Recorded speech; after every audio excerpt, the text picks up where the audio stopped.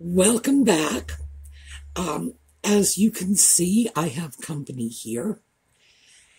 Audie has been in a pretty good mood today. We got snow last night, hence the sweatshirt. And Audie likes going out in the snow. Now, he likes going out for about 35 seconds. Then he has to come back in again. And then he has to jump on me to warm off his little cold toes. Yes, don't you? So, some of you were complaining he has not made an appearance in a couple of videos. There we go. So, thought you might like to see him. Yes, that tail is flipping around here. All right, okay. No, you can stay. I'm going to take this, and you have the chair all to yourself. I need kitty. And people have asked me about that. I know exactly what is troubling Audie. He misses his dog. He was always high need. From the moment he first moved into my home, he wanted to be held, picked up all the time, couldn't bear to be put down. And after he got used to getting some of his affection from the dog, it made it a lot easier on me, because when there were two of us, me and the dog, the neediness was still there. It was still, in full bloom, but with two of us, we could handle it. And now that it's just back to me again, sometimes it gets a little overwhelming. Anyway, good boy is here. He's sitting quietly. So when we come back, we'll get down to business.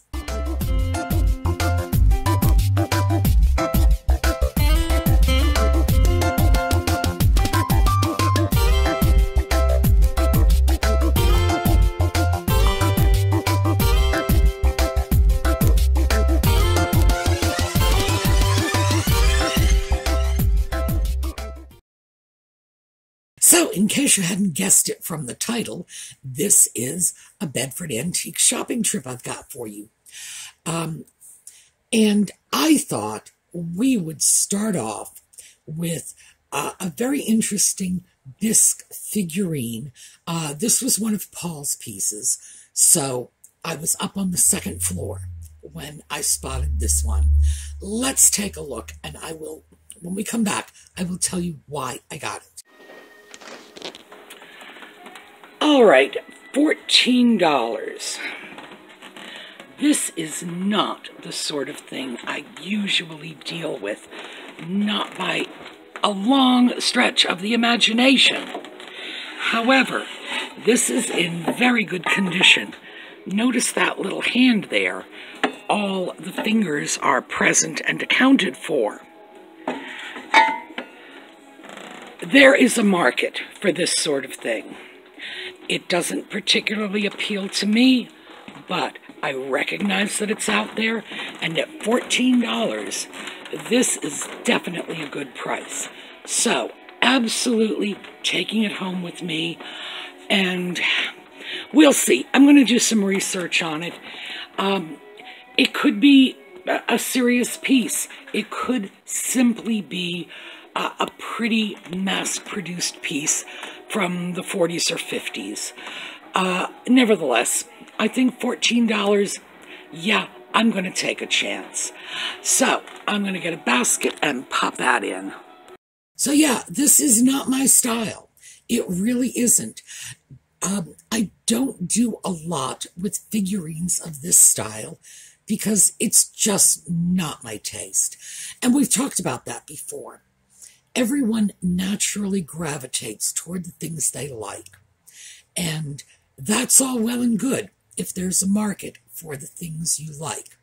But you should always be mindful that there is a market for good quality pieces, even if you don't personally like them. It doesn't mean they're crap and you should walk away from them. About a year ago, I think, I picked up a couple of bisque pieces. It was a pair from Paul. I believe they were $15, and they're Meissen. So, Meissen. German porcelain, very collectible. The $15 pieces I picked up will probably, if I ever decide to sell them, and I might not, who knows, they will probably go for well over $200. So just because it's not my particular taste doesn't mean it's crap. So when I see something that is well done, even though it's just not me, especially when I pick it up from Paul, because he has good stuff, I'm willing to take a chance on it. So that's one that I'm going to do a little research on. We're going to see if we can identify what it is. In any case, somebody is going to like that at least $14 worth. Next up, while I was on the second floor, I went over to the pig booth. And now I always have to say this because I don't want to accidentally insult the people who own the pig booth. It's not a piggy place. It's not dirty. It's not offensive. It's just that they have a lot of pigs there. And so I always think of it as the pig booth. I've gotten some adorable little pig salt and pepper shakers there. Really nice pieces.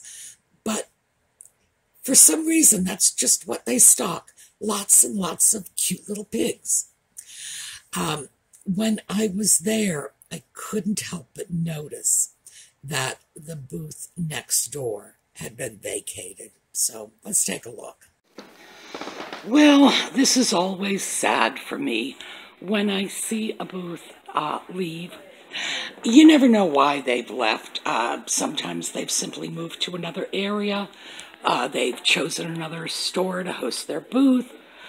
You never know. This was run by a very nice lady.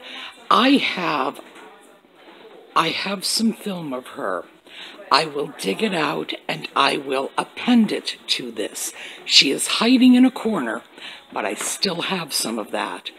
So I wish her well wherever she ends up, because she was a great person and she had some of the best little, everything from jewelry to Asian porcelain, and she had giveaway prices. So, good luck to you wherever you are. Yeah, it's always a little sad for me when I see a dealer leave, especially if it's a dealer, from whose booth I've gotten some really good stuff. This was Shelley's booth, and Shelley had just wonderful Asian pieces, all kinds of Asian pieces, modern, older, just beautiful stuff.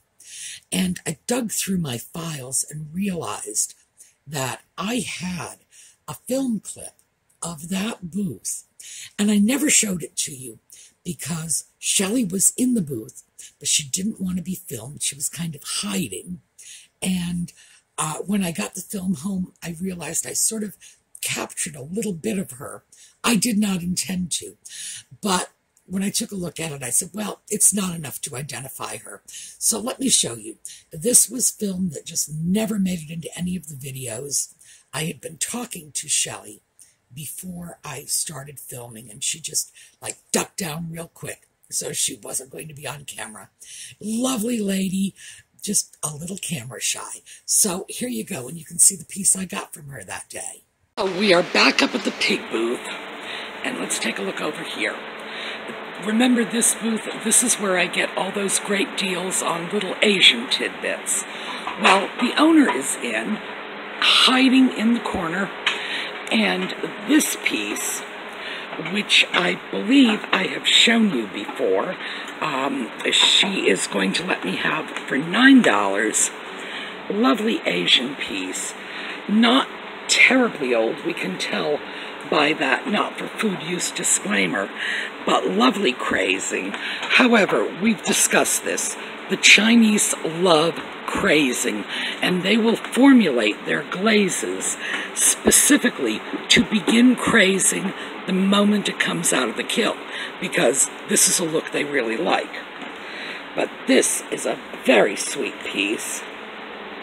So, my yes, coming home with me.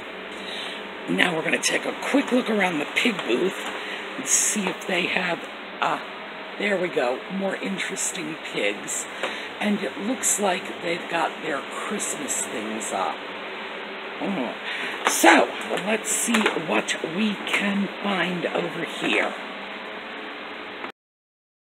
Anyway, nice as you please. Her things were always priced to sell, and then she'd knock 40% off. The Julia doll I got a few weeks ago was from Shelley's booth. So, and if you'll recall, yeah, I thought it was a steal at like $24, 40% off. Some dealers price their things to sell, and Shelley was one of them. So I'm assuming she sold out everything she wanted to sell, and that this was probably not an ongoing concern for her. It was probably, you know, a temporary, I need to clear out Grandpa's storage or whatever. So I wish her the very best of luck wherever it is she ends up, and I do hope I run across her again in the future. As I say, very, very sweet lady. All right, still on the second floor, and back to one of Paul's little cubbies. Very pretty Chinese lamp in the Thousand Flowers pattern. $28. This is one of Paul's pieces. So you gotta know that's priced at the low end of the scale. Still, we can make one for even less.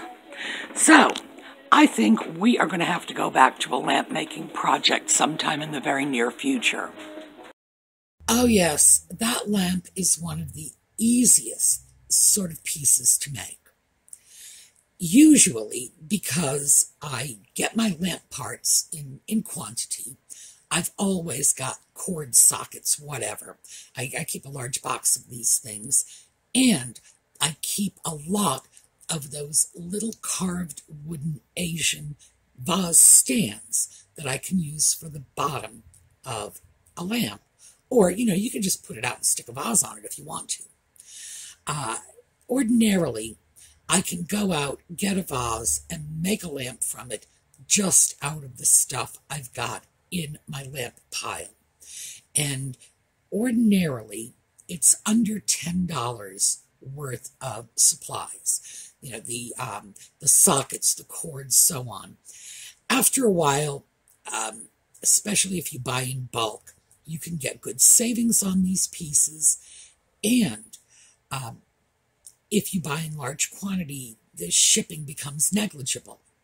So I find it very easy to just go off, get a vase, turn it into a lamp. Nevertheless, that lamp was very nice. Once I filmed it, however, I realized that I would love to do another lamp project. So I went back downstairs. I had filmed this lamp for you some weeks ago, possibly even some months ago.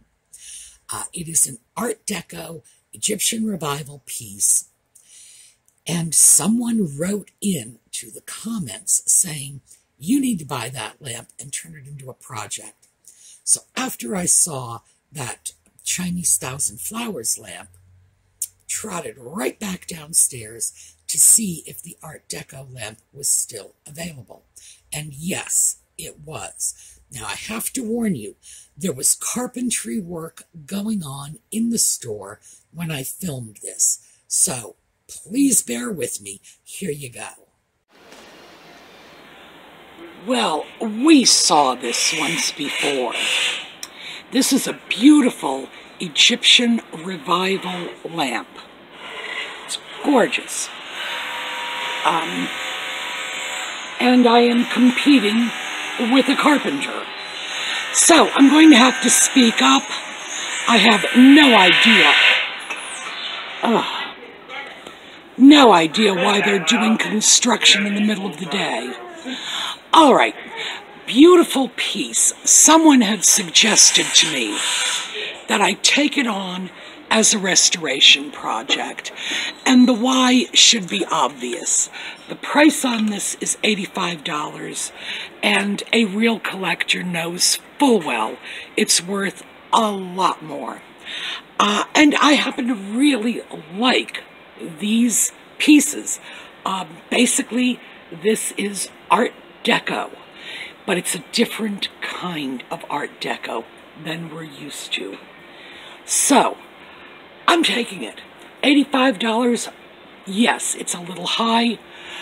Compared to what it's going to be when I'm done with it, nah. Hopefully this will turn out to be a bargain. So, coming home with me. So, here is my lamp. And when I was filming it in the store, I did not show you the front of the lamp. We have this wonderful Egyptian harpist. And I'm going to turn it around slowly. The base is triangular. And, of course, this piece would have been made for the, I'm going to call this a vase. I honestly don't know what it is. We'll find out when I get into it. This is an Art Deco piece. This was huge. The reason this was huge is because I believe it was King Tut's tomb. I will look up the date for you and print it here. King Tut's tomb was discovered in this period. The incredible antiquities were coming out of it. They were touring Europe. They were touring the United States. It captured the popular imagination along with the curse of King Tut and so on and so forth. Very, I don't know, just something within pop culture at that time. It's hard for us to understand that now, but it was huge. Egypt, everything. So pieces like this were just the hottest thing out there. Now, this is old. Let me just untie this cord. Right, there we go. This mess is the lamp cord.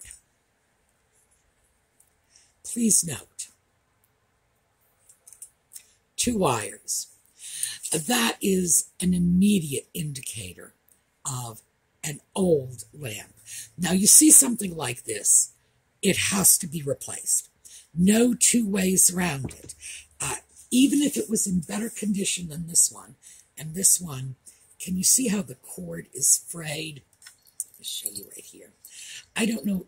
Oh, yes, I think you can see it. That little ridge right in here in the base from where this cord was, where you were just rubbing against that over the years. And, of course, the rubbing has taken its toll on the cord. Audie, don't play with that. And Audie is, in fact, playing with the other end of the lamp. Even if it wasn't for this damage, it would have to be removed. No 2 ways around it. Now, what we have here is the top. There is no lid on this. This is usually referred to as a box. It's a place that holds the wiring so that you can attach the sockets and whatever else you need to attach. You can actually attach a whole lot of things. What we're going to do with this lamp is a complete redo with minimal replacing. So, what's going to happen is we're going to keep as many of these parts as we can, and that includes the sockets. I'm going to rewire these things. I'm not going to put in new sockets.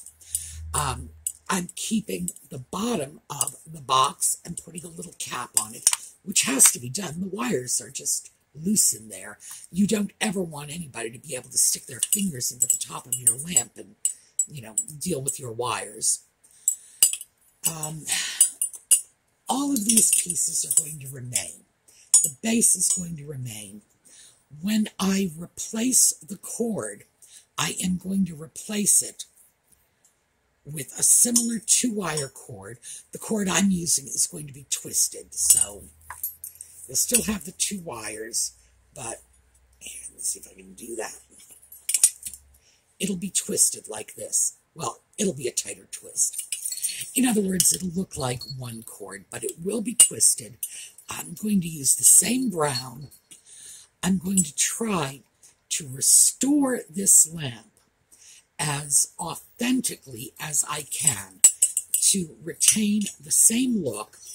I am going to clean up the brass. I don't know if I'm going to polish it. I haven't decided that yet, but it does need to be cleaned. This is a little rough from corrosion or heaven only knows what, and I don't like that. Also, I don't know if you can you see that? Yes, well, icky stuff on my fingers. If something is going to live in my house, I do not want icky stuff getting on my fingers. And then we are going to decide about a lampshade. It's possible to get Egyptian patterns in fabric, and we've recently recovered some lampshades. So you know I'm going to be able to take any ordinary lampshade and Egyptify it if that's what I'm choosing to do. But I don't know, I might want to go with the plain lampshade so as not to detract from this. But that is going to be one of our upcoming projects. I'm looking forward to it because we're going to do some things we haven't done before. Usually in the past, I have said, replace the sockets. Because, to be perfectly honest with you, it's safer that way. However, you don't necessarily have to. We can rewire these sockets very safely. Audie, are you playing with my... He's playing... The flickering of the light is Audie playing with my light. I told you, needy little cat today. It's always safer to go with new, but we can still repair the sockets and retain them. And do this safely as well. So, that's what we've got. We've got a project in the bag. Actually, we've got 2 projects in the bag because there was another project piece I picked up. And I'm sure this one is going to be popular, probably with a totally different set of viewers. But we'll talk about that next week. All right. Meantime, remember, the giveaways are still going on at the SueMe's Angels Facebook page. Scoot on over. Stuff is still given away. Be sure to get your fair share of the booty. We are going to take a look at a little slideshow on the way out. I will see you tomorrow, probably for the start of one of our project videos. And I will see you tomorrow night for another installment of Just Chattin'. Meantime, have a terrific day.